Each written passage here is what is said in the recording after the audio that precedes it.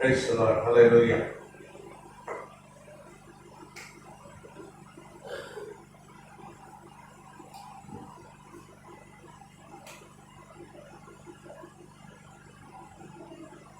கர்த்தர் நாமம் மகிமைப்படுவதாக. ஆண்டவராகிய இயேசுவின் நாமத்தில் உங்களை நான் வாழ்த்துறேன், வரவேற்கிறேன்.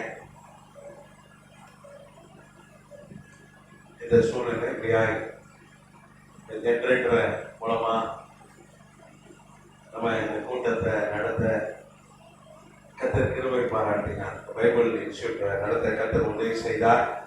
நான் கூட சீக்கிரம் ஃபோன் பண்ணும்போது கரண்ட் இல்லைன்னா என்ன பண்ணுறது, வேணா நம்ம தள்ளி வச்சிருமான்னு கேட்டேன். நான் ஐயா வேண்டாம் வர சொல்லிடு அப்படின்னா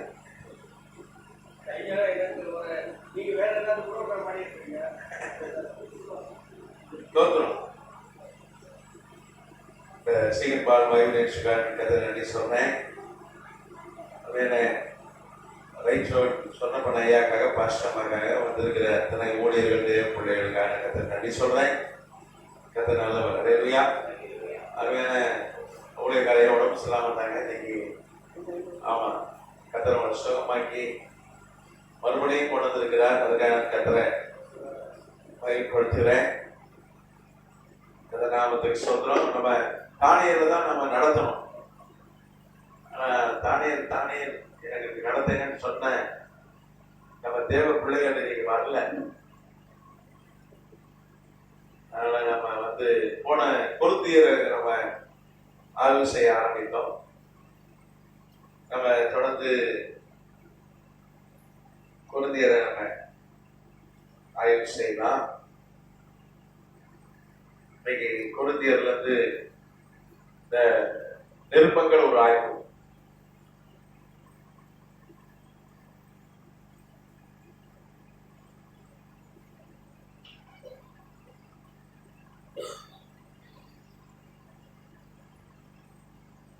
புதிய ஏற்பாடு நிருபங்கள்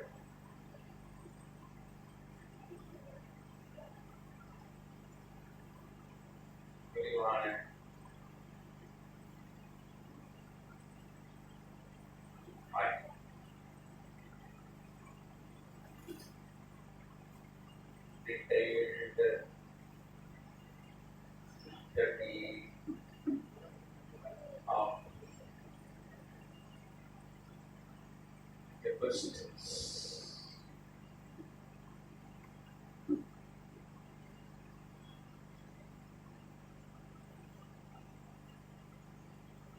அத கொரிந்தியருக்கு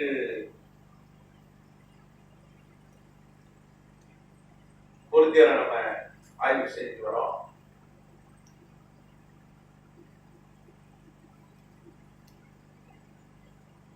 போன வகுப்புல ஒரு முக்கியமான ஒரு சத்தியத்தை கற்றுக்கொண்டோம். எரஸ்து ஒருத்தன் பொழுது பட்டண சபையில இருந்தான். மிகப்பெரிய பணக்காரன். அந்த ஊர் மேயர். அவன் கட்டின பெரிய பெரிய கட்டிடங்களை இன்னைக்கு இருக்கு. மிகப்பெரிய பணக்காரன், மிகப்பெரிய எக்ஸ்போர்ட் தொழில் செய்தான். ஆனா ஒரு ஆச்சரியம் என்னன்னா, ஒத்த பைசா கூட அவன் என்ன பண்ணல. பவுல் தான் பாஸ்டர் ஊழியக்காரர். அவன் மாத்திரம் நாங்க பெரிய பிரபுக்களும் இருந்தார்கள், பெரிய ஆட்கள்லாம் இருந்தாங்க. அவெல்லாம் பவுலை கண்டுக்கல. ஊழியம் செய்தா அவங்களுக்கு ஆவிக்குரிய நன்மைகளை பவுல் மூலமாய் கத்தர் கட்டளையிட்டாலும் அவங்க அவங்க குறைச்சலை விட்டுட்டாங்கன்னு சொல்லிப்பாங்க. அவங்க உதவி செய்யலாம். ஆனா கத்தர் கைவிடல. வேற இடத்துல இருந்து மக்கதோனியர் மூலமா கத்தர் ரட்சிப்பை உதவியை கட்டளையிட்டாங்க. அல்லேலூயா. பவுல் வாழ்க்கையில பாருங்க, ஆண்டவர் செய்த காரியம் கொஞ்சம் வித்தியாசமா இருக்கும், ஆச்சரியமா இருக்கும். பவுலே பெரிய பணக்காரன். அவங்க அப்பா பேர் ஒரு அரசர். இன்னைக்கு துருக்கி திசிலியாவுடைய அரசர் இன்னைக்கு அது துருக்கி நாடு. பெரிய பணக்காரர். அன்னைக்கே தேசாதிபதி பிலிக்ஸ் என்கிற அந்த சிரியாவுடைய தேசாதிபதி. அவன் 5 நாட்டுக்கு அரசன். அவன் என்ன பண்றான், லஞ்சம் கேட்கிறான். ஒரு 1000 கோடி கட்டிருப்பான். ஒரு லெட்டர் எழுதி கொடுங்க, அவங்க அப்பாட்ட வாங்கிக்கிறாங்கன்னா. ஆனா பவுல் சொல்லிட்டாரு, இல்ல கர்த்தர் என்னை விடுதலையாக்க நான் ரிட்டர்ன் ஆகி தர முடியாதுட்டு அவர் 2 வருஷம் போல ஜெயில இருந்தான். அதுக்கப்புறம் ரோமுக்கு இந்த சுப்ரீம் கோர்ட் அன்னைக்கு ரோம பேரரசு உலகத்தை ஆண்டது. அன்னைக்கு சுப்ரீம் கோர்ட் இப்ப டெல்லியில நமக்கு எப்படி சுப்ரீம் கோர்ட் இருக்கோ, இங்க சென்னை ஹைகோர்ட்ல நமக்கு காரியம் நடக்கலாம், நம்ம சுப்ரீம் கோர்ட் போறோமோ, அதே மாதிரி அன்னைக்கு ரோமர் அபயம் எடுக்கிறான், சீசருக்கு அபயம் எடுக்கிறான், ஒரு கத்தரவனை விடுதலை ஆக்கிறார். எதனாமத்துக்கு ரொம்ப அப்பாட்டது ஏராளமான படம். அது குறிப்பா 2 Corinthians 11 வாசித்தீங்கன்னா பல தடவை கொள்ளக்காரங்க திருடவனை திருடியிருக்காங்க. கல்லர்களால் வந்த மோசங்கள். அப்போ அவனுக்கு அவங்க அப்பா கொடுத்த பணத்தையும் ஆண்டவர் பிடிக்கிட்டார். யோசிச்சு பாருங்க, அப்பா கொடுத்த பணத்தையும் பிடிக்கிட்டார், அவனை செலவு பண்றது கூட இல்ல. அது மாத்திரம் இல்ல, எரஸ்து போன்ற ஆட்களையும் பணம் கொடுக்க கத்தர் திரும்ப பாராட்டினாதான் அவன் பணம் கொடுப்பான். அப்பளம் கொடுக்கல, அவனுக்கு விசுவாசத்தை ஆண்டவர் கற்றுக் கொடுத்தார். நான் ஒன்னும் போசி பையன், உடனே நான் என்ன பண்ணுவேன் நடந்து அவங்க அப்பாவுக்கு கொடுக்குற பணத்தை அவங்க வச்சிருந்தாலே போதும், யாருக்கிட்டையும் அவன் கைதேனும் அவசரம் இருக்கு இல்ல, அவனே செலவு பண்ணி முடிஞ்சிட்டு போயிடுவான். ஆனா அதை அவர் என்ன பண்றாரு, ஆண்டவர் அனுமதிக்கிறார், கொள்ளக்காரங்க கொள்ளடிக்க அனுமதிக்கிறார். ஒரு தடவை பல தடவை கல்லறைகளால் வந்த மோசங்கள் ஆண்டவர் நடத்துறது வித்தியாசமா இருக்கு. நம்ம இப்படி வாழ்ந்துடலாம், இந்த படத்துல வாழ்ந்துடலாம், நம்ம ஒரு கணக்கு போடுறோம். ஆனா ஆண்டவர் கணக்கு, நம்ம கணக்கு வேறு, அவர் கணக்கு வேறு, நம்முடைய வழி வேறு, அவருடைய வழி வேறு. எப்படியாவது தேவனை சாதிச்சு அது கட்டாயம் செய்யலாம். அவர்தான் ஆசீர்வாதத்தின் ஊற்று. அதனால நம்ம அவர் மேல நோக்கமா இருக்கணும் அப்படின்னு சொல்லி போன வகுப்புல கொரிந்தியர்ல இருந்து நம்ம ஆய்வு செஞ்சோம். இன்னைக்கும் கொரிந்தியர்ல இருந்து ஒரு குறிப்பிட்ட சப்ஜெக்டை நம்ம பார்த்துட்டு சீக்கிரம் முடிக்கலாம். இப்போ கரெக்ட் வேற இல்லை, சரியா? நான் வேற நாளைக்கு வெளியூர் போறேன், காலையில் வெளியூர் போனோம், அதனால சீக்கிரம் முடிக்கலாம். விழுப்புரத்துல ஊழியம் கத்தனாமம் மகிழ்ப்படுதா. நேற்று விடிய காலத்துல தான் வந்தேன், கடலூர் போட்டி அதை பி மூட்டூர்ல ஜாம் பண்ணிக்கிங்க. இன்னைக்கும் சாயங்காலம் வரைக்கும் ப்ரோக்ராம், இன்னைக்கு சாயங்காலம் வரைக்கும் ப்ரோக்ராம் இருந்தது. வந்தவொடனே கொஞ்சம் அலுவல் இருந்தது. ஜெபம் பண்ணிக்கிங்க, கர்த்தர் வல்லமையா எடுத்து பயன்படுத்தணும். அல்லேலூயா, அல்லேலூயா. நல்ல விஷயம் என்னன்னா, மாண்புமிகு முதல்வர் ஜோசப் விஜய் ஒரு ஜோசியக்காரனை போட்டார், ஒரு ஸ்பெஷல் ஒரு அதிகாரி. அவருக்கு அவர் எல்லாரும் எதிர்ப்பு தெரிவிச்சாங்க, ஒன்னா மாத்திட்டார். அது ஒரு நல்ல விஷயமா பார்க்கணும். அவர் எதிர்ப்பு தெரிவிக்கிறதுக்கு ஆட்களை கத்தர் வைத்திருக்கிறார். அது ஒரு நல்ல விஷயம். ஜோசியம் பைபிளை பார்க்க கூடாதுன்னு போட்டு, அப்போ கத்தர் தான் கொண்டு வருகிறார். எதை சொல்றது, அதுதான் ராஜாக்களை தள்ளுகிறார், ராஜாக்களை ஏற்படுத்துகிறார். அப்போ நீங்க என்ன ஒரு ஜோசியம் பார்க்கணும், அவங்க கிறிஸ்தவ ஜோசப் விஜய், அவங்க வீட்டுல கேர்ஸ்கள் நடக்கும், வீட்டு ஜெபம் கூட்டம் நடக்கும், பாட்டி உயிரோடு இருக்க வரைக்கும் ஏஜி கேர்ஸ்கள் நடக்கும். எங்க போனாலும் நான் சர்ச்சுக்கு பார்ப்பேன், சர்ச்சுக்கு போவேன்னு சொல்றாங்க. டெய்லி பைபிள் வாசி தான் தூங்குவேன் அப்படின்னு சொல்றாங்க. ஏன் ஜோசியக்காரன், அது ஒரு ரொம்ப கஷ்டமா தான் இருக்கு. நீங்க பாத்தீங்கன்னா நேம்கர் நேசர் 55 வயசு வரைக்கும் ஜோசியக்காரன் பின்னாடி தான் போறேன். அது குறிப்பா 37 வயசு அவனுக்கு. அப்பதான் அவனுக்கு இந்த கனவு வருது. என்ன கனவு வருது, ஒரு சிலையை பார்க்கலாம், தலை தங்கம், மார்பு வெள்ளி, வயிறு கொண்ட வெங்கலம், கால் இரும்பு, விரல்கள்லாம் இரும்பும் களிமண்ணும் கலந்த ஒரு சிலை. ஒரு ஜோசியக்காரன்லாம் கூப்பிடுறான், மந்திரவாதி குறி சொல்றவங்களாம் கூப்பிடுறான். தானியல் 2 இருக்கு.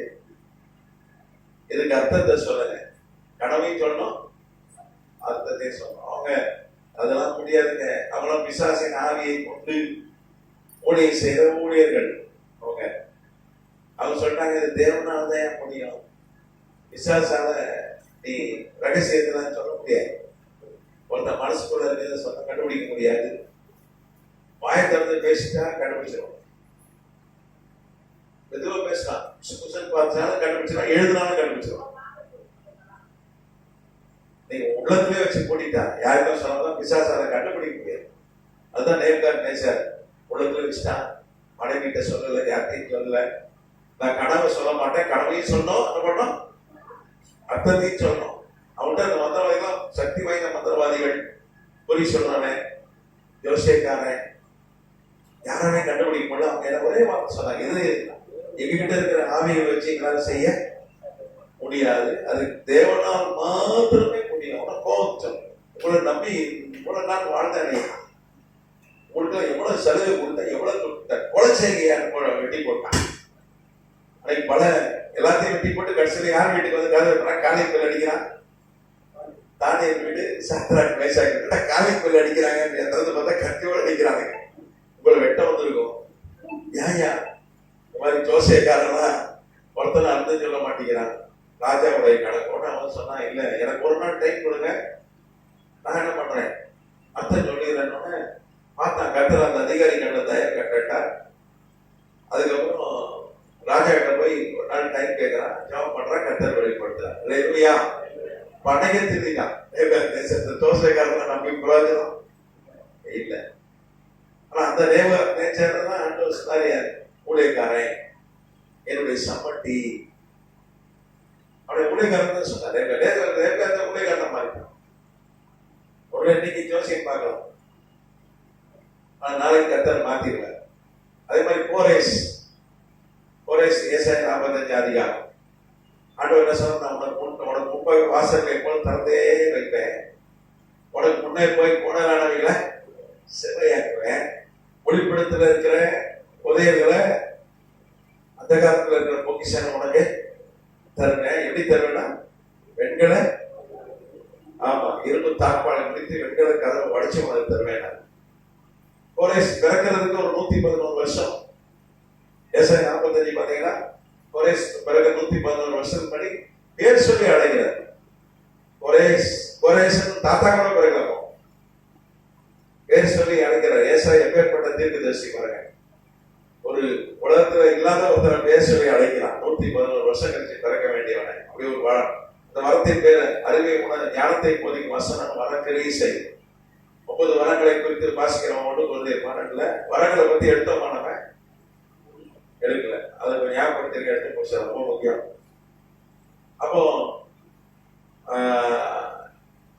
பேர் சொல்லி அழைக்கிறான். பாண்டவசாயின் தாசன் என்னுடைய மெய்ப்பன் என்னால் அபிஷேகம் பண்ணப்பட்டார். அன்னைக்கு கோரேஸ் வாழ்க்கை வரலாறு பார்த்தீங்கன்னா 61 வயசுக்காரங்க ஜோசியம் பார்த்துறேன், குறி கேட்டேன். என்னைக்கு 61 வயதுல என்னைக்கு பாவிலோனை பிடிக்கிறானோ, என்னைக்கு தானியலை சந்திக்கிறானோ அவன் வாழ்க்கை மாறுகிறது. அதுக்கப்புறம் தேவனுடைய ஊழியக்காரனா மாறுகிறான், ரட்சிக்கப்படுகிறான். தேவனுடைய மெய்ப்பனான், தேவனால் அபிஷேகம் பண்ண மாறுறான். ஆண்டவர் சொல்றாரு, அவன மாதிரி என் சித்தத்தை யாரும் செய்யலன்னு சொன்ன. ஒரு ஐயா எனக்கு 2003 தெரியும். அவர் அந்த ஜாண்டோஸ் ஐயா கூட இருப்பார். நல்ல பக்தி, நல்ல ஆவிக்குரிய மனுஷன். பைபிள் அவர் என்ன பண்ண ஊழியம் செய்வார். பைபிள் வாங்கி வாங்கி வாங்கி பைபிளா கொடுப்பார். அவர் வீட்டுக்கு எனக்கு இத்தனை பைபிள் என்ன நான் ஊழியக்காரன் உடனே வரும். ஒரு ஆவிக்குரிய மனுஷன், ஒரு நல்ல மனிதன். 2 முறை எம்எல்ஏ இருந்திருக்கிறார். அதனால அவரு சபாநாயகர் மிகப்பெரிய பதவி, முதலமைச்சர் எழுந்திருக்கணும், சக்தி வாய்ந்த பதவி. சட்டசபையிலே ராஜாவே அவர் தான். நாங்கள் அதை ஒரு கத்தை நடி சொல்றாரு. காலைமுத்து அண்ணன் இருந்தார், அவரும் நல்ல பக்தியா இருந்தார். கடைசியில் நல்ல பக்தியா இருந்தார். அவரும் நல்ல சபாநாயகர். அவர் வீட்டிலே கூட்டம் நடக்கும், அவருடைய வீட்டிலே கூட்டம் நடக்கும். அந்த 2004 அப்படின்னா அந்த காலகட்டத்தில் ஒரு சபாநாயகர் இருந்தார். இன்னொரு எந்த ஒரு அதிகாரம் எங்க தருவது, ஆமா குழந்தைகள் தான் வாசியம். எந்த அதிகாரம் அவர் தான். அதனால ராஜாக்கள் இருந்து யார் கையில இருக்கு, அவர் திருப்பி ஜாப் பண்ணுவாருதான். அது கூட ஒரு ஊழியக்காரர் வந்தார். ஊழியத்துக்கு வந்தார். ரொம்ப சொந்துட்டேன். ஏன் ஒன்றும் இல்லாதவங்க எம்எல்ஏ ஆயிட்டான். கறிக்கடையில் கறி வெட்டுறவன், ஆட்டோ ஓட்டுற சாதாரண பாமர ஜனங்கள், படிக்காதவர்கள் எல்லாம் ஆயிட்டான்.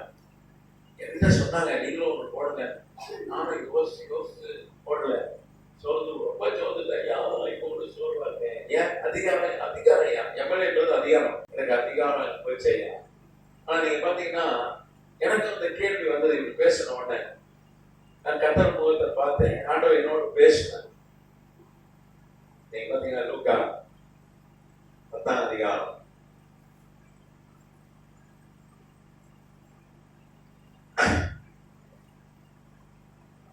19ஆம் வசனம். லூக்கா 10:19. இதோ சர்ப்பங்களை தேள்களை மிதிக்கவும் சத்துருடைய சகல வல்லமை மேற்கொள்ளும் உங்களுக்கு அதிகாரம் கொடுக்கிற ஒன்றும் உங்களை சேதப்படுத்த மாட்டாது. பிசாசின் மேலும் பிசாசின் ஆவிகள் மேலும் உங்களுக்கு அதிகாரம் கொடுக்கிறேன். உன்ட்ட இவ்வளவு பெரிய அதிகாரம் சரி, ஆனா வச்சுக்கிட்டே எனக்கு அதிகாரம் இல்லை அப்படின்னு நீ அழுகுற, நான் சோர்ந்துட்டேன். நீங்க பாத்தீங்கன்னா யோவான் 14 பாத்தீங்கன்னா வேதம் சொல்றது, இந்த உலகத்தின் அதிபதி யாரு? பிசாசு. 30ஆம் வசனம் யோவான் 14. இனி நான் உங்களுடைய அதிகமாக பேசுவதில்லை, இந்த உலகத்தின் அதிபதி வருகிறான், அவனுக்கு என்னிடத்தில் ஒன்றும் இல்லை. இந்த உலகத்தின் அதிபதி யாரு? பிசாசு. எம்எல்ஏவோட பெரியவன், சீஃப் மினிஸ்டரோட பெரியவன், பிரதமரோட பெரியவன், உலக அதிபதி அவனா. அவனுக்கு மேல ராஜாதி ராஜா கர்த்தர். ஆனா ஆண்டவர் சொல்ற உலகத்தின் அதிபதி மேல உனக்கு அதிகாரம் கொடுக்கிறேன். எப்படி மிதிக்க சகல வல்லமையை மேற்கொள்ள உனக்கு அதிகாரம் கொடுக்கிறேன், ஒன்றும் உன்னை சேதப்படுத்த. இவ்வளவு பெரிய பவர் உடைய உன்னை வச்சிருக்க. ஆனா நீ எனக்கு ஒரு அதிகாரம் இல்லை, ஒரு எம்எல்ஏ ஆயிட்டு இருந்தா அதிகாரம் வந்திருக்கு வேற புலம்புற. அப்படிதான் ஒரு புலம்புன ரொம்ப கஷ்டமா இருக்கு. ஆண்டவர் சொல்ல நமக்கு அதிகாரம், அதிகாரம் அதை விட பெரிய அதிகாரம், உலகத்தின் அதிபதி மேலே அதிகாரத்தை நமக்கு ஆண்டவர் சொல்றார், கொடுத்திருக்கிறார். நீ பிசாசு ஏற்றுமே அவ்வளவு உங்களை விட்டு ஓடி போவான். இந்த வசனத்தை வாசிக்கலாமா? எங்க இருக்கு? யாக்கோபு. பிசாசு ஏற்றுனா அவனை விட்டு ஓடி போவான்.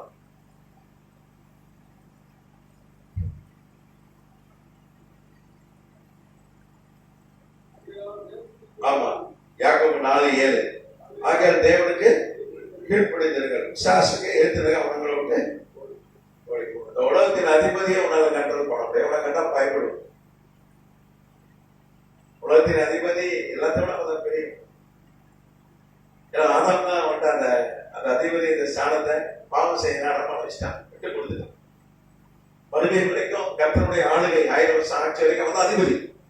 ஆனா அந்த அதிபதியை உன்னை கண்டு பயப்படுவானா? அந்த மாதிரி ஒரு அதிகாரத்தை கர்த்தர் யார் கொடுத்திருக்கிறார்? அதை வச்சுட்டு ஒரு நாள் அழுதையா சாப்பிடுவையா அப்படின்னு யார் சொல்றாங்க? அப்ப நமக்கு அதிகம் நம்ம என்ன கொடுத்துருக்காங்க? கர்த்தர் என்ன பேசுறாரு? நீ அதை சொல்லியிருந்தா நான் சொல்லிட்டேன். நமக்கு என்ன கொடுத்துருக்க கர்த்தர்? யார் மீது அதிகாரம்? உலகத்தின் அதிபதி. அவன் சாத்தா மாத்திரம் இல்ல, இந்த உலகத்துக்கே அவன் தான் ஆளுகை. உங்களை கண்டு பயருவான். ஏசு நாமத்துல கட்டளை எடுக்கிறேன் ஓடுதான் ஓடுவான், நெல்லுன்னா நிற்பான். ஒரு ரவுண்டு போட்டு இதுக்குள்ளே நெல்லு, ஏசு நாமத்துல கட்டளை எடுக்கிறேன் அப்படியே நிற்பான். நம்ம சொன்னா வீட்டுல ஒரு நாய் கூட கேட்க, ஒரு கொசு கூட கேட்காது, ஒரு நாள் கேட்கமா வீட்டுல நாள் கிடக்கிறான் அழகாக ஏதாவது சொல்லுவான் அப்படின்பாங்க. ஆனா அவன் ஏசு நாமத்துல ஒரு சின்ன பட்டத்தை போட்டுட்டு கட்டத்தை போட்டுட்டு ஒரு சகோதரியை கொண்டு வந்தாங்க. அன்னைக்கு முழுகிற ஜபம், ஒரு ஏராளமான ஆட்கள் உட்கார்ந்துருக்கிறாங்க. அந்த அம்மா போய் பாம்பம் மாதிரி எழுதி வருது. நாங்களாம் எங்க கத்தவை ஆராய்ச்சிட்டு இருக்கோம், பாம்பம் மாதிரி எழுதி வருது. அப்புறம் அது சொல்லிச்சு, என்னை எல்லாம் வணங்கலாம், நான் இன்னார் என்னை எல்லாம் வணங்கலாம் அப்படின்னு. அப்படி ஒரே கரெக்டா பண்ணிட்டே இருந்தது. நான் என்ன பண்ணேன், பிரசங்கம் பண்ணிட்டே இருந்தேன். ஒரே டென்ஷனா இருக்கு. ஒரு சின்ன ஒரு சாக் பீஸ்ல ரவுண்டு போட்டேன். அதை பிடிச்சி இதுக்கப்புறம் வச்சு ஏசு நாமத்தை உன கட்டுறேன். அது சொல்லிச்சு, கோடிக்கணக்கான போய் நான் வணங்குறான், என்ன அசிங்கப்படுத்துற அப்படின்னுச்சு. இந்த கட்டத்துக்குள்ள உன்னை கட்டுறேன் ஏசு நாமத்தை. சின்ன ரவுண்டு போட்டு நான் 1 மணி நேரம் பிரசங்கம் பண்ணேன். அது நடந்து நகர்வு இல்லை, என்னை கட்டிக்கிட்டே அப்படின்னுச்சு. எனக்கு கர்த்தர் நமக்கு அதிகாரம் கொடுத்துருக்கிறேன் ஏசு நாமத்தில். அது யாரும் எல்லா மனிதருக்கும் நம்ம இங்க நம்ம தம்பி அவன் பேர் என்ன தர்ஷன் சொன்னா கூட கேட்கும். தர்ஷன் அண்ணன் சொன்னாங்க ஏசு நாமத்துல கட்டுறேன்னா ஆமா. அப்போ நமக்கு அதிகாரம் இருக்கு, எல்லாரோட பெரிய அதிகாரம் கொடுத்துருக்காரு. அதை வச்சுட்டு உனக்கு இவ்வளவு பெரிய கத்தி கொடுத்துருக்காரு. ஒரு பெரிய ஆயுதம் கொடுத்துருக்காரு. இவ்வளவு பிளேடு எனக்கு கிடைக்கலன்னு அழுவ, நீ பிளேடுக்கு அழுவுற. அவர் என்ன கொடுத்துருக்காரு உனக்கு? அதனால பயனாதீங்க, பயன் பாருங்க. எனக்கு அதிகாரம், நீ யாரவனா யாரவனா. ஒரு மாஸ்டர் இருக்காரு அசோக் நகர்ல, அவங்க பஞ்சாப் ஊழியத்துக்கு போனாங்க. ஒரு மனைவி, அவங்க மனைவி ஒரு முஸ்லீம் ரட்சிக்கப்பட்ட ஒரு சகோதரி. ரோட்ல இருந்து பிரசங்கம் பண்ணாங்க, 600 பேர் கூட்டிட்டாங்க. பஞ்சாப்ல பெரிய எழுப்புது. திடீர்னு அந்த வழியா ஒரு 4 மந்திரி கொஞ்சம் எம்எல்ஏ எல்லாம் எங்க போயிட்டு வராங்க, எம்பிக்கெல்லாம் வந்து நிறுத்திட்டாங்க வண்டி.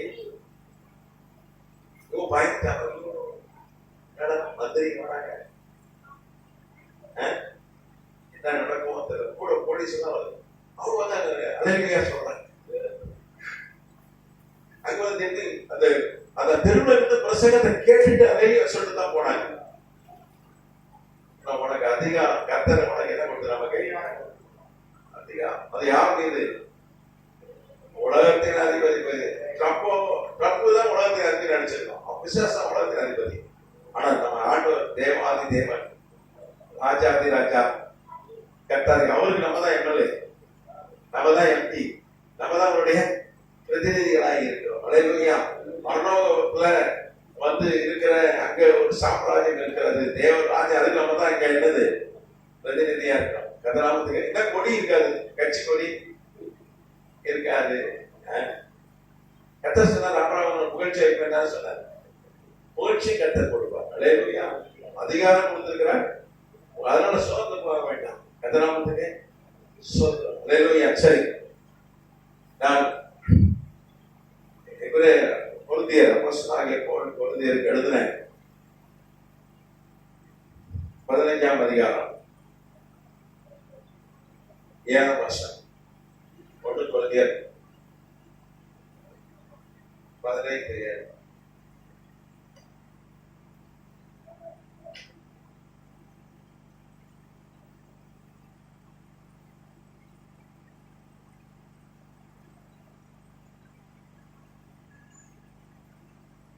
கொரிந்தியர் 15:7. பின்பு யாக்கோபுக்கும் அதன் பின்பு அப்போஸ்தலர் எல்லாருக்கும் தரிசனமானார். இந்த 1 கொரிந்தியர் 15ஆம் அதிகாரம் பார்த்தீங்கன்னா, அவர் உயிர்த்தெழுந்தார் அப்படின்றதுக்கான சில காரியங்களை கர்த்தர் கொண்டு இங்கே எழுதுறார். யாருக்கெல்லாம் தரிசனமானார்? ஆமா, கிறிஸ்து எழுந்தராவிட்டால் உங்கள் விசுவாசம் வீணாயிருக்கும், நீங்கள் இன்னும் உங்கள் பாவங்களில் இருப்பீர்கள். கிறிஸ்து உங்கள் நேத்திர அணைந்தவர் பெற்றிருப்பார்களே. கிறிஸ்து எழுந்திருக்கவில்லை என்றால் எங்கள் பிரசங்கம் விழுதா, உங்கள் விசுவாசம் விழுதா? அப்போ இப்படி நிறைய காரியங்கள் அங்கே சொல்லப்பட்டிருக்கு. இந்த உயிர்த்தெழுதலை குறித்து எழுதப்பட்ட ஒரு அதிகாரம். நீங்க பாத்தீங்கன்னா அதுல சொல்லப்பட்டிருக்கு, பின்பு யாக்கோபுக்கும் அதன் பின்பு அப்போஸ்தலர் எல்லாருக்கும் தரிசனமானார்.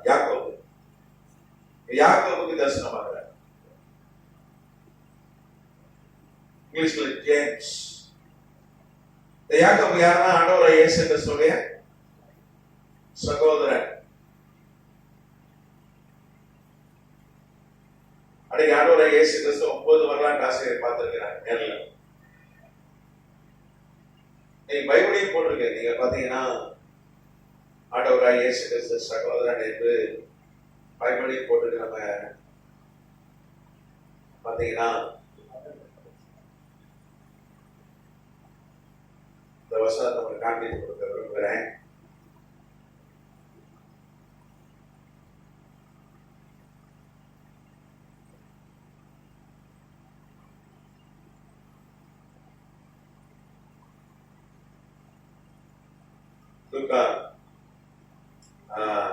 மத்தேயு 13:55-56.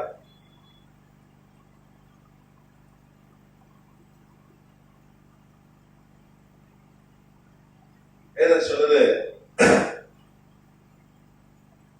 யாக்கோபு யாரு? அவருடைய சகோதரன் என்று சொல்லுது. வசனத்தை வாசிடலாம்.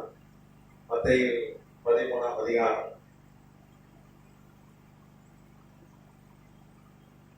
55ஆம் வசனம். நான் வாசிக்கிட்டேன், நீ வாசி. இவன் தச்சனுடைய மகன் குமாரன் அல்லவா? இவன் தாய் மரியாள் என்பவர்களவா? யாக்கோபு, யோசே, சிமோன், யூதா என்பவர்கள் இவனுக்கு சகோதரர் அல்லவா? இவன் சகோதரர்கள் எல்லாம் நம்மிடத்தில் இருக்கிறார்கள் அல்லவா? இப்படி இருக்க இதெல்லாம் இவனுக்கு எப்படி வந்தது என்று சொல்லி அவரை குறித்து இடர் அடைத்தார்கள். எத்தனாமத்துக்கு சொல்றோம். இது எங்கன்னா நேசரத், தான் வளர்ந்த ஊர் நேசரத் ஊரில் வந்து அவர் ஜெபாலயத்தில் உபதேசம் பண்ணும் பொழுது அவர் பேசினதை வைத்து அவருடைய ஞானம், அவருடைய பழுத்த செய்களை பார்த்து ஆச்சரியப்பட்டாங்க. சகோதர தச்சனுடைய மகன் தானே, கார்பெண்டர் சன் தானே. அவருடைய சகோதரர் யாக்கோபு இருக்காங்க, அப்புறம் யூதா, யோசே, சீமோன் இருக்காங்க, சகோதரிகள் இருக்காங்க. எஸ்தர், தாமர், அவங்க சகோதரிகள். பைபிள் பேர்ல வரலாற்று ஆசிரியர் பார்த்திருக்காங்க. அப்போ ஆண்டவராய் இயேசு கிறிஸ்து கூட பிறந்தவங்க 6 பேர், அவரோட சேர்த்து 7. அவர் கன்னியா இருக்கும் போது பிறந்தார் மரியாள். அப்புறம் யோசேப்புக்கும் மரியாளுக்கும் நான் நிறைய உங்களுக்கு கிளாஸ் எடுத்துருக்கேன். 49 வயசுல அவரு மறிச்சு போயிட்டார். யார் மறிச்சு போயிட்டார்? யோசேப்பு மறித்து விட்டார். ஆண்டவராய் இயேசு கிறிஸ்துவின் வளர்த்த தந்தை. நான் உங்களுக்கு கிளாஸ் எடுத்துருக்கேனா இல்லையா? சொல்லிருக்கேனா? நாசரத்தை பத்தி உங்களுக்கு ஒரு பெரிய ஆய்வு செய்யும்போது நான் சொல்லலையே. சரி, அதை இப்ப சொல்லிடுறேன்.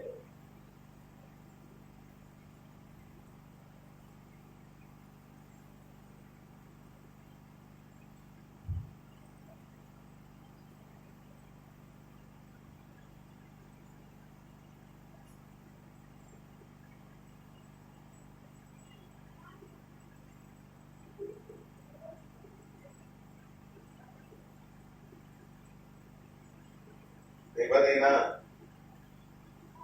ஆண்டவராய் இயேசு கிறிஸ்துவின் சகோதரர்களை 30 வரலாற்று ஆசிரியர் பார்த்திருக்கிறாங்க. அது குறிப்பா பாத்தீங்கன்னா நைசிபோரஸ், அவர் ஒரு புகழ்பெற்ற வரலாற்று ஆசிரியர். நைசிபோரஸ்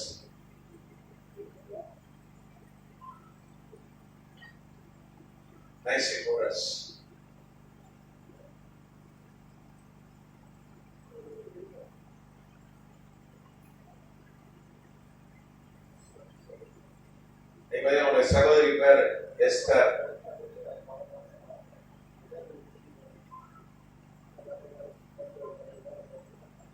அதுக்கப்புறம் தாமார்.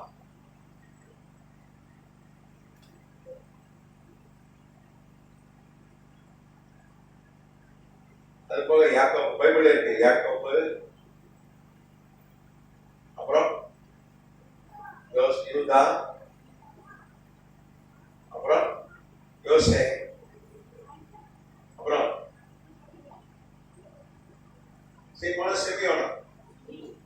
சிமியோன், இங்கிலீஷ்ல சைமன், ஜேம்ஸ், அப்புறம் யூதா, ஜூட், அப்புறம் யோசே, அப்புறம் சைமன். அப்ப இவங்க ஆண்டவராகிய இயேசு கிறிஸ்து சகோதரர்கள். அதுல ஒரு சகோதரர் தான் யாக்கோபு, பெரிய சகோதரர். வேதம் சொல்லுது அவருக்கு தரிசனமானார்.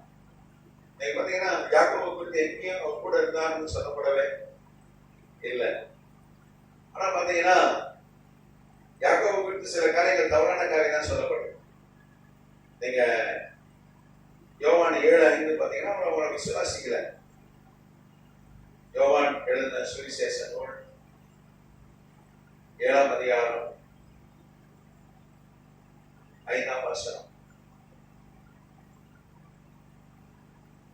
அவருடைய சகோதரரும் அவரை விசுவாசிப்படி அப்படி சொன்னார்கள்.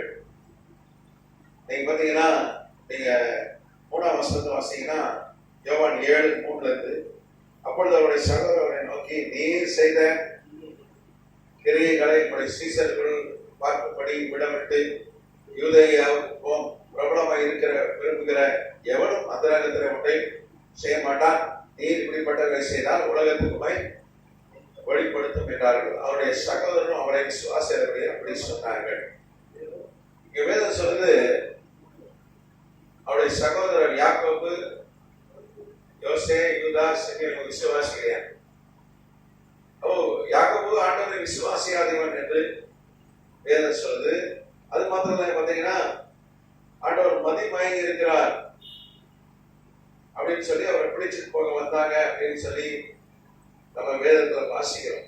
ஆண்டவராய் இயேசு கிறிஸ்து அவர் மதிமயங்கி போயிருக்கிறார் அப்படின்னு சொல்லி அவரை பிடிச்சிட்டு போக யார் வந்தா? அவருடைய சகோதரர் வந்தார்கள், அவருடைய வீட்டார் வந்தார்கள் என்று நாம் பார்க்கிறோம்.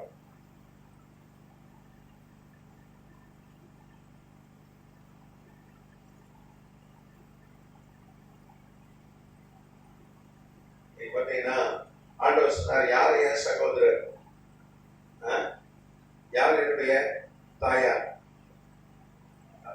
ஆமா நீங்க தான் அப்படின்னு சொல்லி அவர் ரொம்ப விரக்தியா பேசினார். ஏன்னா அவருடைய சகோதரர் என்ன பண்ணாங்க, அவரை பிடிச்சிட்டு போக வந்தாங்க.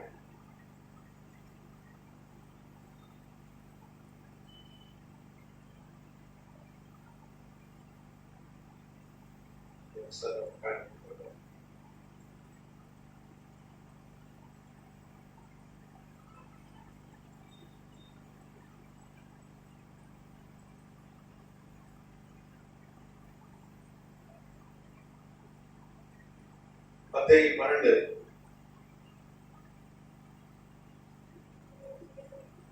12 அதிகாரம்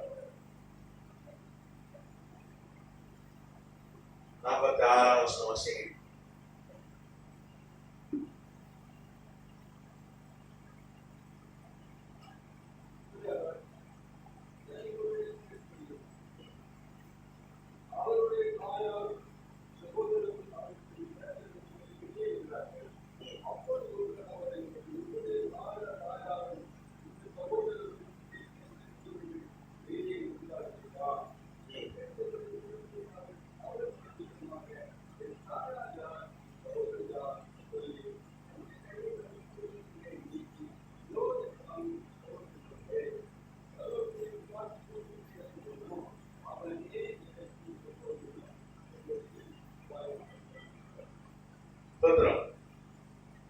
ஆண்டவர் அவங்க தாய், அவங்க சகோதரர் அவரை தேடி வராங்க.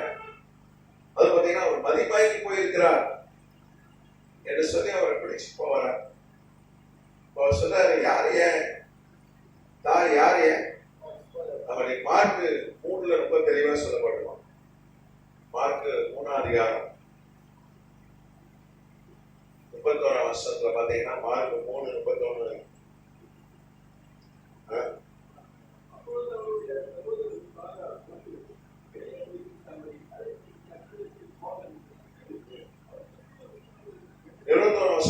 21 பாத்தீங்கன்னா, அவருடைய இனத்தார் இதை கேட்ட பொழுது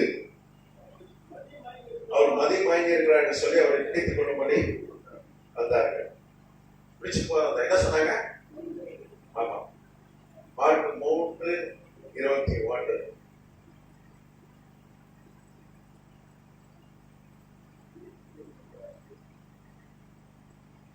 பைத்தியம் சொன்னாங்க. யார? பைத்தியம்.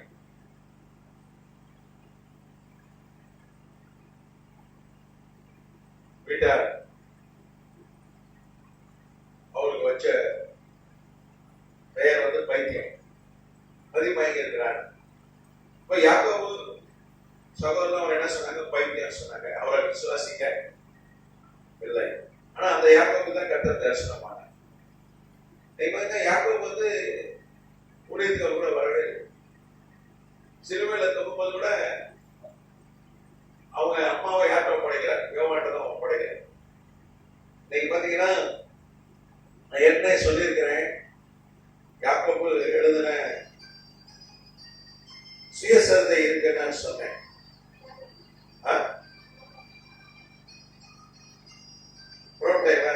கரெக்ட். யாக்கோபு எழுதின சுயசரிதை இருக்கு. அந்த நூல் பேர் புரோட்டோகான்டரி.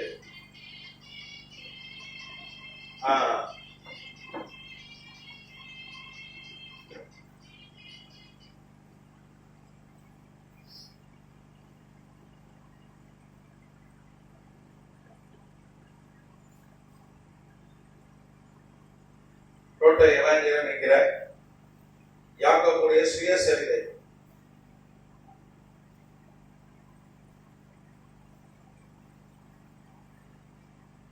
சுயசரிதை 1952 கண்டுபிடிச்சாங்க. எகிப்துல கண்டுபிடித்தாரு. எகிப்துல பாத்தீங்கன்னா போர்ட்பர், டாக்டர் போர்ட்பர்னு ஒருத்தர் சுவிட்சர்லாண்டை சேர்ந்த விஞ்ஞானி, அவன் வீட்டை கண்டுபிடித்தார். அவனுடைய வீடு, அவன் எகிப்துல இருந்தது அவன் வீடு போர்ட்பர். அவர்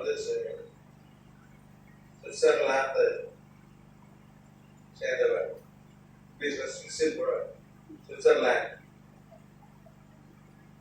இப்ப அந்த அவன் எழுதின சுயசரிதை கிரேக்க மொழியில் எழுதப்பட்டது. இப்ப எங்க இருக்குன்னா அது சுவிட்சர்லாந்துல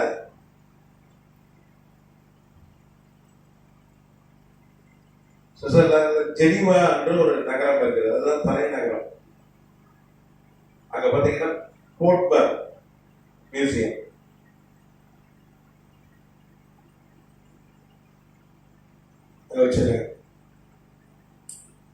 இந்த சுயசரிதை இப்ப யாக்கோபு எழுதியிருக்கான். அவனே சொன்னான், நான் ஆண்டவராக இயேசு கிறிஸ்துவிட்ட போகவே இல்லை, அவரை பைத்தியம் பிடிச்சி போனோம். அது அவருக்கு எதிராக தான் இருந்தோம். ஆண்டவரே சொன்ன வீட்டாரும் சத்து.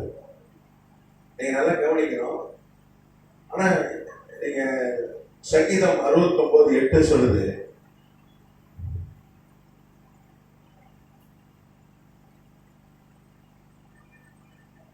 அவர் தம்பிகளாம் இப்படிதான் இருப்பாங்க அப்படின்னு சொல்லி தீர்க்கதரிசனம். சங்கீதம் முன்னாடியே அறிவிச்சார் ஆண்டவர் தாவீதை கொண்டு. சங்கீதம்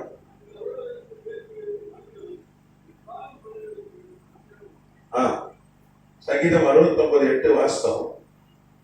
என் சகோதரருக்கு வேற்று மனுஷனும் என் தாயின் பிள்ளைகளுக்கு அந்நியமும் ஆன அநேக தீர்க்கதரிசனம். பேசியா ஆண்டவராக இயேசு கிறிஸ்து பூமியில மனிதனாக பிறக்கும்போது எப்படி சகோதரர் எதிர்ப்பார்கள், அவருக்கு விரோதமாக இருப்பார்கள். தாயின் பிள்ளைகள் அடுத்து அப்பதான் தாயின் பிள்ளைகள் தான். இவரு அப்பாவுடைய பிள்ளை இல்லை, இவர் கண்ணி வைத்திரு பிறந்தார். அதுக்கப்புறம் யோசேப்புக்கும் மரியாதைக்கு பிறந்த பிள்ளைகள் தான், தாயின் பிள்ளைகள் தான். இவருடைய தகப்பனுடைய பிள்ளை இவரே தங்கிட்டார் கருவா. அப்போ அவர் சொல்றாரு, என் தாயின் பிள்ளைகள், என் சகோதரர் என்னை என்ன எப்படி பார்த்தாங்க, எதிரியா பார்த்தாங்க. அதனால உன் வீட்டாரே சத்துரு அப்படின்னு சொன்ன. அப்போ அந்த தீர்க்க தரிசனம் அன்னைக்கு பாத்தீங்க தாவீது, இந்த சங்கீதம் தாவீது கொண்டு கர்த்தர் எழுதி கொடுத்தது. தாவீது 61 வயசு அந்த தீர்க்க தரிசனம். அப்போ 979 கிமு. தொடர்ந்து அவரை எதிர்த்துட்டே இருந்தாங்க. ஃபர்ஸ்ட் எப்ப எதிர்த்தாங்கன்னா 27 கிபில எதிர்க்க ஆரம்பிச்சிட்டாங்க. தீர்க்கதரிசனம் எப்ப நிறைவேறுச்சுன்னா கரெக்டா 1006 வருஷம் கழித்து.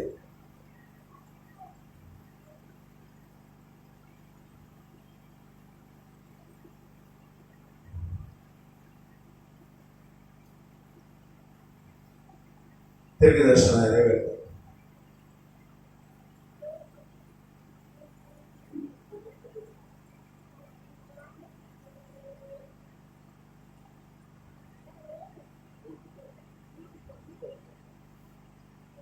வருஷம் முன்னாடியே 1006 வருஷம் முன்னாடியே தாவீது தீர்க்கதரிசனமா சொல்லிட்டான், ஆண்டவர் இயேசு கிறிஸ்து சகோதரர் இருப்பாங்க, சகோதரிகள் இருப்பாங்க. அவங்க என்ன பண்ணாங்க, அவருக்கு எதிராக இருப்பாங்க.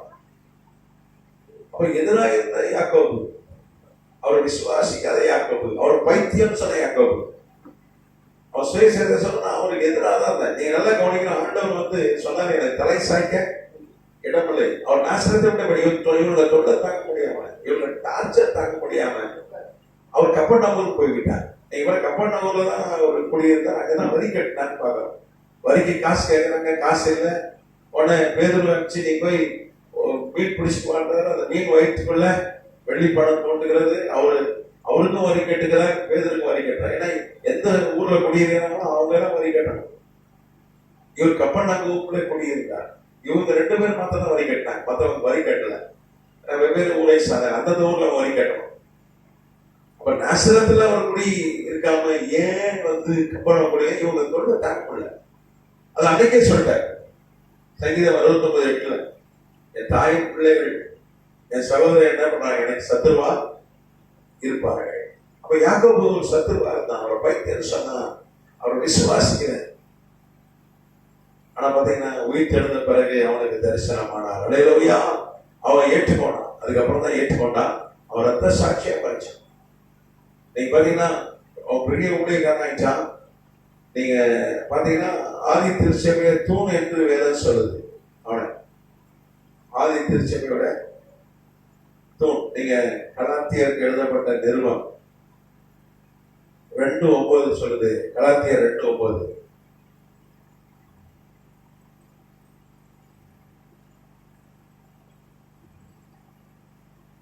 ஆதி திருச்சபை 3 தூண்களில் ஒருவன்.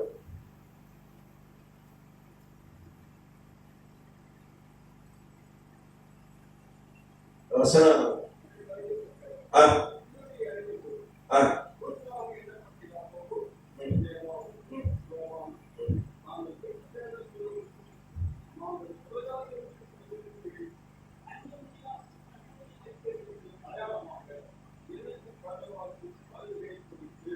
நீங்க பாத்தீங்கன்னா 3 தூண்கள். ஃபர்ஸ்ட் பேர் யாக்கோபு, 2வது பேதுரு, 3வது யோவான். இந்த 3 பேர் தான் பிரதான அப்போஸ்தலர்கள்.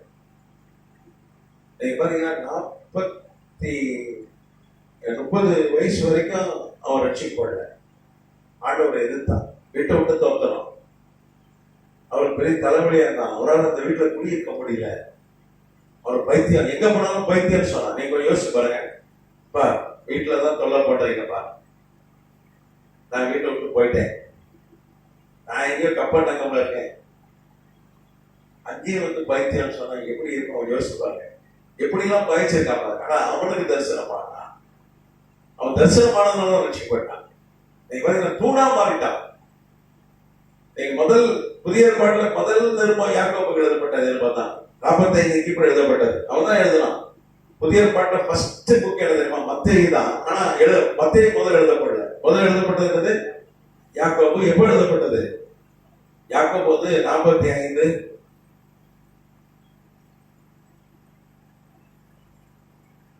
45 AD.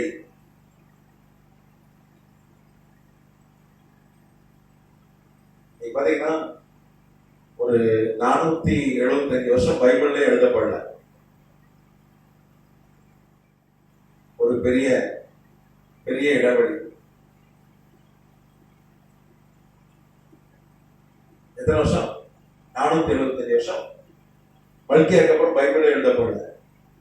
மோசே எழுத ஆரம்பித்தார். கர்த்தர் மோசே கொண்டு எழுதினார். அப்புறம் 430 கிமுல மல்கியா எழுதப்பட்டது. மல்கியாக்கு பிறகு ஒரு 475 வருஷம் கர்த்தருடைய வார்த்தை வெளிப்படாதான் பைபிள் எழுத முடியும். வெளிப்படல, பைபிள் எழுதப்படல. ஏன்னா வேத வாக்கியங்கள்ல யாராவது கர்த்தர் பேசி பரிசுத்த ஆவியானவர் பேசி எழுதப்பட்டது. எல்லாம் தேவ வார்த்தை. அப்படிதானே? இப்போ வார்த்தை வரல. யாருக்கு ஃபர்ஸ்ட் வந்து 475 ஆண்டுகள் பிறகு ஒரு பெரிய இடைவெளி பிறகு கர்த்தர் என்ன பண்றார்? யாக்கோபை பயன்படுத்தி நம்ம நிருபத்தை எழுதுகிறார். அல்லேலூயா. ஒரு காலத்துல சத்துரு தான், ஒரு காலத்துல விசுவாசியா தான், விட்டு விட்ட தொத்தனாலதான். ஆனா கர்த்தர் அவனை மாத்துற. கர்த்தர் யாக்கோபு ரத்த சாட்சியா மதிச்சான். ஆண்டவரோட இயேசுக்காக என்ன பண்ணான்? ரத்த சாட்சியா மதிச்சான். நீங்க ஒண்ணு நல்லா கவனிக்கணும். நம்ம வீட்டுல எப்படி யாக்கோபு மாதிரி ஆட்கள் இருக்காங்க? குடும்பத்துல, வீட்டுல குடும்பத்துல இருக்காங்க. ஆண்டவரோட இயேசு கிறிஸ்து அப்படி ஒரு பாடு வழியா தான் கடந்து வந்தார். ஏன்னா நமக்கு அவர் உதவி செய்வதற்காக. வேதம் சொல்லுது, அவர் நம்மை போல பாடுபட்டார், அதனாலதான் நமக்கு உதவி செய்ய வல்லவராய் இருக்கிறார் அப்படின்னு சொல்லி நம்ம எபிரேயர்ல வாசிக்கிறோம். நான் அந்த வசனத்தை அவர் காண்பித்துக் கொடுக்கிறேன். நீங்க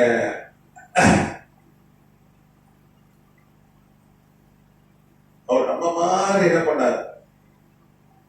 18ஆம் வசனம், அவர் ஆதலால் எபிரேயர் 2:18 அதனால் அவர் தாமே சோதிக்கப்பட்டு பாடுபட்டதுனாலே அவர் சோதிக்கப்படுவதற்கு உதவி செய்ய வல்லவராயிருக்கிறார்.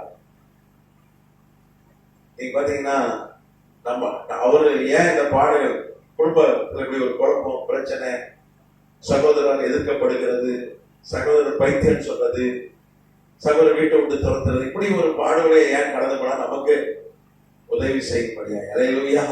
அதனால நமக்கு உதவி செய்யலாம். இந்த கூட பிறந்தவங்க குடும்பத்துல இருக்கிற குழப்பம், நம்ம குடும்பத்தார் நம்ம வீட்டார் நம்மளை பைத்தியம் சொல்றது, நம்ம துரத்துறது, இப்படி அவருக்கு ஏற்பட்டது. அவர் அந்த பாடுகள் வழியை கடந்து சென்றார். அதனால நமக்கு உதவி செய்ய அவர் என்ன பண்றாரு, வல்லவராய். அதனாலதான் அந்த பாடுகள் வழியை அதை சுமந்துட்டார். யாக்கோபை மாத்திரம் இது மாதிரி யாக்கோபுகள் நம்ம வீட்டுல இருக்கலாம், குடும்பத்துல இருக்கலாம், சுத்தி இருக்கலாம். ஆனா அப்படிப்பட்ட யாக்கோபுகளை கர்த்தர் நம்ம மாற்ற போகிறார், நமக்கு சாதகமான ஆட்களை மாற்ற போகிறார். அவன் ஆண்டவரை இயேசு கிறிஸ்துக்கே என்ன பண்ணான், ரத்த சாட்சியை பார்த்தான். சரி, முடிச்சதேன். ஏதாவது கேள்வி இருந்தா கேளுங்க. அது தொடர்ச்சியா நம்ம அடுத்த வகுப்புல தொடரும். ஏதாவது கேள்வி இருக்கா? ஆமா, அது 430 கீபோர்டு மல்கியா, அதுக்கப்புறம் எந்த புத்தகம் எழுதப்படுது, ஒரு 45 கிபில தான் புத்தகம் எழுதப்படுது. அப்போ எழுத்துல வேத புத்தகத்துல கர்த்தருடைய வார்த்தை வந்து இடைவெளி 470 வருஷம். ஆமா, எஸ்தர் போட்டிருக்காங்க. எஸ்தர் தான் நைசிபோலஸ் வரலாற்று ஆசிரியர் அவங்ககிட்ட பேசியிருக்காரு. சகோதரி பேர் தீர்க்க தரிசனம் தான். அவருக்கு சகோதரி இருப்பாங்க, சகோதரர் இருப்பாங்கன்னு சொல்லிதான் வந்து சங்கீதம் எல்லாமே ஆண்டவர் இயேசு கிறிஸ்து பழைய ஏற்பாட்டை முன்னறிவிச்சு தான் வந்தார். எல்லாம் முன்னறிவிச்சார். என்ன, எனக்கு யார் சகோதரர் சகோதரி, என் சீசர்கள் யார், நான் எந்த ஊர்ல பிறப்பேன், எந்த வருஷம் நான் முதல் அற்புதம் செய்வேன், தண்ணீரை திராட்சரசமா மாட்டேன், எந்த வருஷம் சிலுவையில மறிப்பேன், நான் உயிர் தெழுவேன், எல்லாம் பழைய ஏற்பாட்டை தீர்க்க தரிசனம்.